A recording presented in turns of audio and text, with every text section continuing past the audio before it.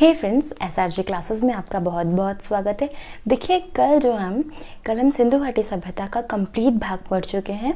हमने सिंधु घाटी सभ्यता से मिलने वाले साक्ष्य, सिंधु घाटी सभ्यता के प्रमुख स्थल और साथ ही साथ में सिंधु घाटी सभ्यता की प्रमुख विशेषताओं को खत्म कर लिया। ठीक है, हमारा एक लास्ट छोटा सा टॉपिक बचा था कि सिंधु घाटी सभ्यता के पतन के प्रमुख कारण, है ना। तो देखिए, सिंधु घाटी सभ्यता, आप खुद सोचिए, एक ऐसी सभ्यता जो कि इतने बड़े पैमाने में, मतलब लगभग 13 लाख वर्ग किलोमीटर में फैली सभ्यता अचानक से कैसे खत्म हो जाएगी, है ना। तो इस सभ्यता के खत्म होने के कारणों पे बहुत अलग अलग वैज्ञानिकों, अलग अलग इतिहासकारों ने अलग अलग मत दिए हैं। ठीक है, तो वो सारे मत किस प्रकार हैं, देखिए। पहला मत कहा गया कि शायद संसाधनों की कमी रही हो। इसका मतलब सीधी सी बात है, क्योंकि सिंधु घाटी सभ्यता जो थी वह बहुत ही विकसित और नगरीय सभ्यता थी और इतने सारे लोगों के लिए पर्याप्त संसाधन उस समय में एकत्र कर पाना हो सकता है कठिन रहा हो, है ना। दूसरा लिखा है कि भूकंप।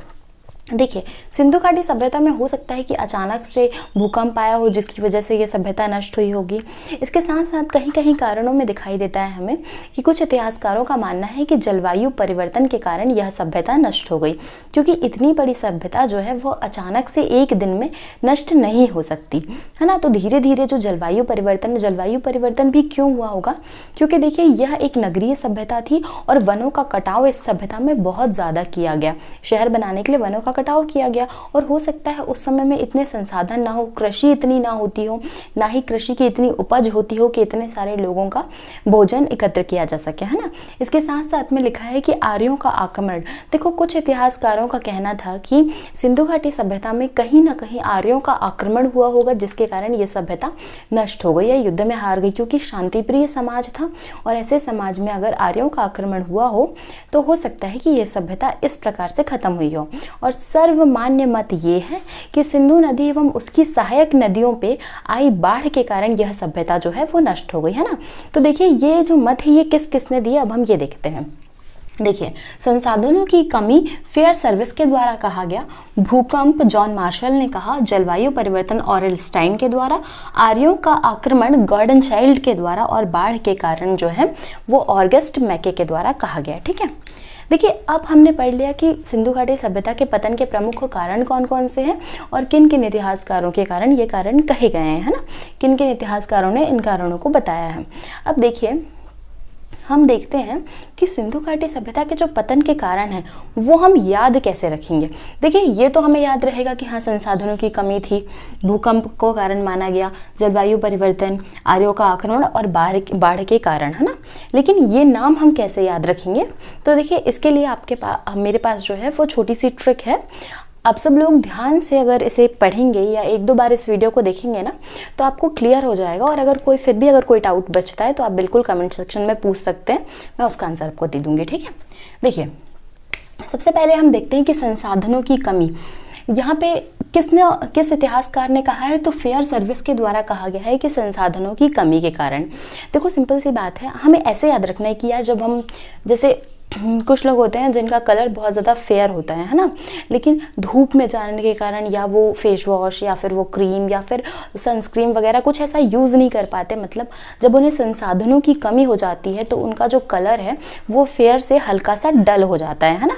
तो फेयर सर्विस के द्वारा क्या कहा गया, संसाधनों की कमी। देखिए, ये हमें हल्का हल्का याद रहेगा, अगर आपको फेयर भी याद रहा तो आपको ऑब्जेक्टिव में आंसर बन जाएगा। ठीक है, फेयर सर्विस, संसाधनों की कमी। दूसरा देखिए, भूकंप, है ना। देखिए, जब भूकंप आता है तो भूकंप से सबसे ज़्यादा बहुत सारी जानें जाती है, भूकंप से लोगों को चोट लगती है, तो भूकंप से क्या जाती है, जान जाती है ना। तो जॉन मार्शल के द्वारा क्या कहा गया कि भूकंप आया था। दूसरी बात देखते हैं, जलवायु परिवर्तन, है ना, परिवर्तन। देखिए, सीधी सी बात है, अगर आपसे कोई कहे कि यार तुम अपने स्टाइल में थोड़ा सा चेंज लाओ, इसका मतलब है वो सीधे सीधे ये कहना चाहता है कि आपको अपने अंदर कुछ परिवर्तन लाने पड़ेंगे। हो सकता है वो पॉजिटिव हो सकता है वो नेगेटिव परिवर्तन हो, लेकिन आपको परिवर्तन लाने पड़ेंगे अपने स्टाइल को चेंज करने के लिए, है ना। तो परिवर्तन की बात किसने की, स्टाइल मतलब ऑरेल स्टाइल के द्वारा परिवर्तन की बात कही गई। ठीक है, फिर देखते आर्यों का आक्रमण। देखो, आर्यों का आक्रमण, सीधी सी बात है, ये आपने देखा है किसी का आक्रमण हो गया, किसी ने किसी को मार दिया, किसी ने किसी को पीट दिया, ऐसी जो बातें होती है ना, ये छोटे छोटे बच्चे बहुत ज़्यादा करते हैं। तो चाइल्ड या बच्चों के द्वारा ये बातें की जाती हैं कि इसका आक्रमण हुआ, उसका आक्रमण हुआ ना। तो आक्रमण की बात किसने की? तो चाइल्ड ने। चाइल्ड का पूरा नाम गॉर्डन चाइल्ड के द्वारा आर्यों के आक्रमण की बात कही गई है ना। फिर देखते हैं बाढ़ के कारण।